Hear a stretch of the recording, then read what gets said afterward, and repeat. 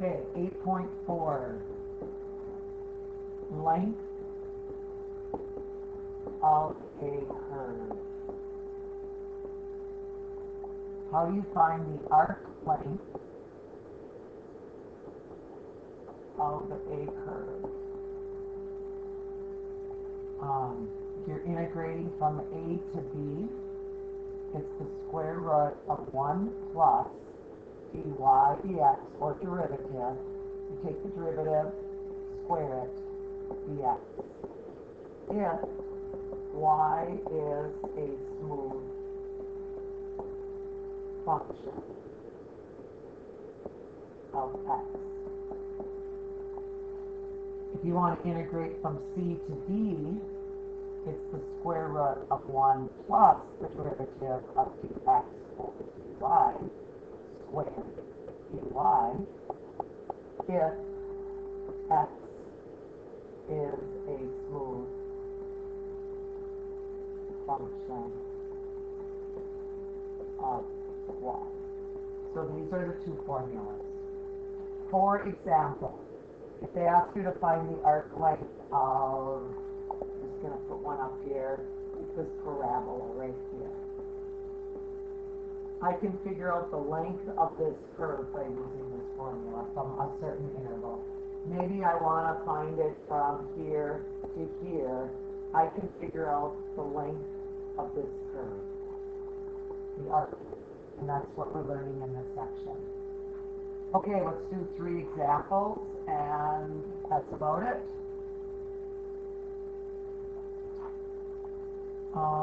First example, y equals 4 over the square root of 2 over 3, x raised to the 3/2 minus 1. And we are going to find the arc length between 0 and 1. No, I did not graph it. I don't know what this curve looks like, but what are we doing? We're finding the arc length between the 0 and the 1, which is just a small little area. But it takes a while to do this. So, I'm going to use the formula, but before I can use the formula, I need to find dy dx. So how do we find dy dx? You take 4 square root of 2 over 3. You take the 3/2, you put it out in front. You leave the x. You take the power and you subtract 1, so that's going to be raised to the 1/2 power. You do not have the -1, the -1 drops out. I'm going to simplify this, so I know what my simplified version of dy dx is. The 3's cancel out, 2 goes into 4 twice, so it's 2 square root of 2, and I'm just going to change my x from x to the 1/2 to the square root of x. I can put them underneath each other. I'm not going to, I'm just going to leave it the way it is. Okay, I'm going to use the formula now. If I want to find the arc length of this curve, I'm going to integrate from 0 to 1, square root of 1 plus, parentheses, squared. And what goes underneath there is the derivative. And the derivative from 2 square root of 2 square root of x. And then don't forget your dx at the end. Okay, this is going to take a while to actually come up with the answer. 0 to 1, square root of 1 plus 2 times 2 is 4. Square root of 2 times the square root of 2 is 2. So the 2 square root of 2 squared ends up being an 8. The square root of x times the square root of x ends up just being x, so you have dx. I think most of these you're going to have to use your calculator, but this one you do not have to use your calculator. This is good review. I'm going to use u substitution. The reason why we have to use u substitution is because it's a composite function. It really looks like 1 plus 8x raised to the 1/2 power. And anytime you have something inside of a power, you have to use u substitution. So I'm going to go over here and say that u equals the 1 plus 8x. du dx is just going to equal 8. So du divided by 8 equals dx. I'm going to come over here and substitute 0 to 1, the square root of u because 1 plus 8x is u. In place of dx, I'm going to put du over 8, which gives you 1/8 from 0 to 1 square root of u du. Okay, then I'm just going to integrate that. 1/8 and u to the 1/2. How do you integrate u to the 1/2? You add 1 to it, so it's 3/2. You divide by 3/2, but instead of dividing by 3/2, I'm going to multiply by 2/3. And I'm going to integrate this from 0 to 1. Now that I integrated it, I can replace it. So I'm going to put 2/3 times 1/8, and I'm going to replace it back with the 1 plus 8x raised to the 3/2 power from 0 to 1. So we're going to go top to bottom. So I'm going to put 2/3 times 1/8. I'm going to put this all here. Then I'm going to put a 1 in there, which gives me 1 plus 8, which gives me 9 raised to the 3/2 power. Minus, and I'm going to put a 0 in. When you put a 0 in, it looks like everything cancels out, but it doesn't. When you put a 0 into the parentheses, you're going to get 1 raised to the 3/2. So you're still going to be left with 2/3 times 1/8 times 1, which you really don't need that anymore. 1 raised to the 3/2 is 1. Okay, you just have to simplify this. And let's say you don't have this is a non-calculator one on the BC test now. You simplify it, this makes a 1, this makes a 4. I'm going to go over here and say, what's 9 raised to the 3/2 power?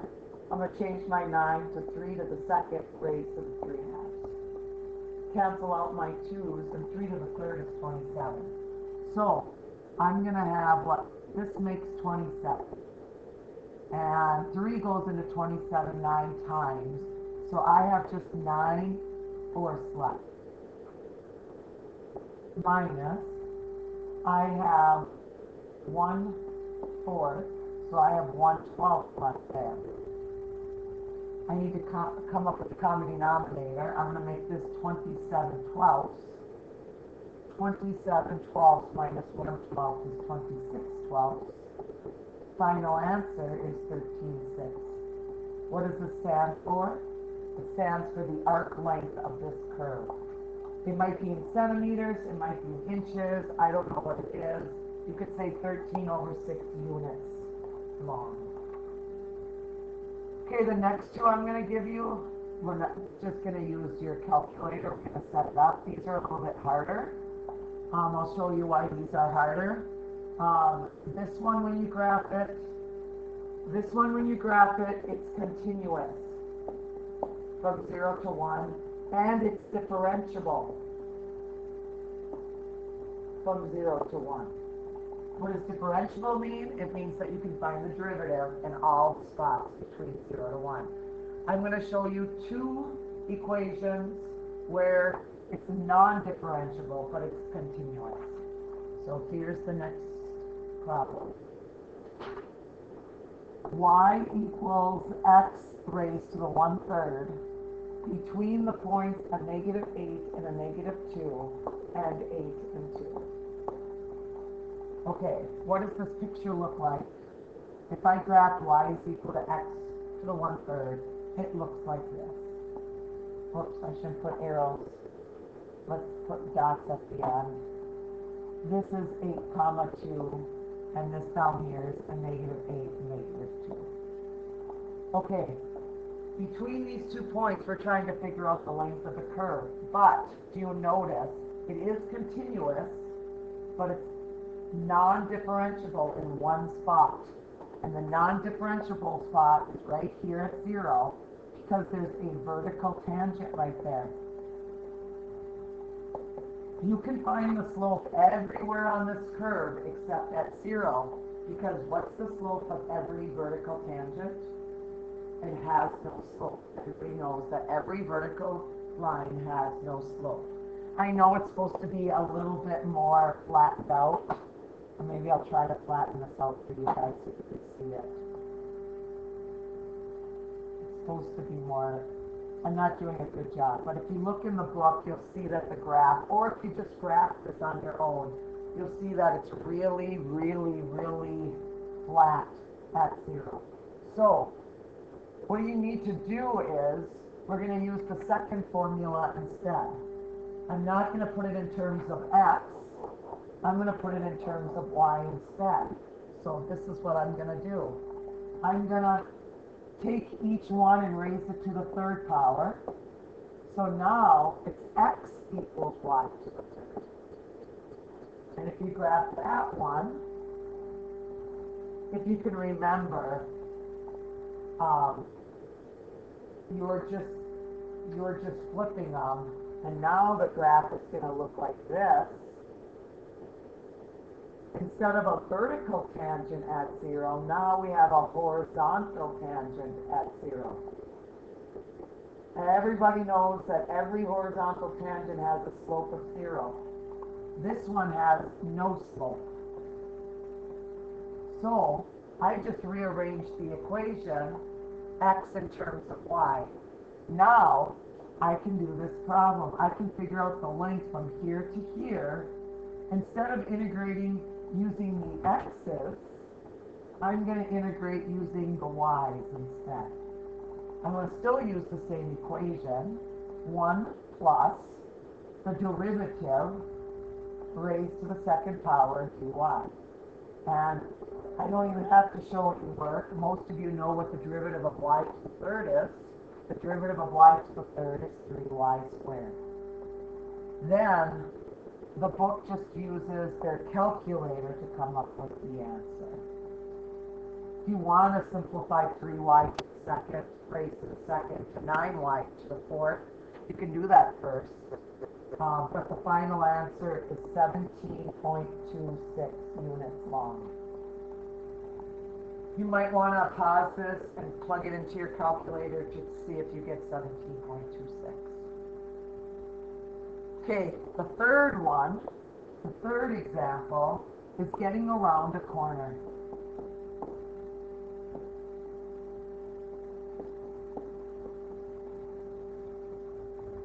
So, y equals x to the second minus 4, absolute value of x, minus x, from the interval of -4 to 4. I'll show you what this one looks like. So it comes down to here, and it goes through a -3, and then it goes to there, and then it goes back up something like that. Again, from a -4 to a +4, you can tell that this curve is continuous. There is no breaks in your graph. But there is something wrong at 0 again.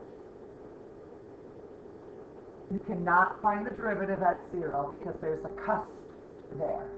So you need to get around that. And the way you get around that is breaking this up into a piecewise function. You know how to make a piecewise function. What I'm going to do is I'm going to make up an equation, everything less than 0 and everything greater than or equal to 0. And I'm going to come up with a new equation. This is kind of complicated, but this is how you do this. When you plug in everything greater than 0, that means your x is a positive value right here. What is x squared minus 4x minus x? You get x squared minus 5x. So how did I get that? Well, you can see how I got the x squared. If the x is positive, all I'm going to do is put these two things together, terms together, and simplify, and that's how I got the -5x. So, basically, that's the equation for this red part right here. Everything greater than 0 has an equation, x squared minus 5x. Okay, the next one, everything less than 0, you have to think of only this part as now being negative. Not this one, only this absolute value one. That's why it's kind of complicated. So, you're going to plug in x squared. If this is a negative x, this changes it to a positive 4x. You keep this a negative x.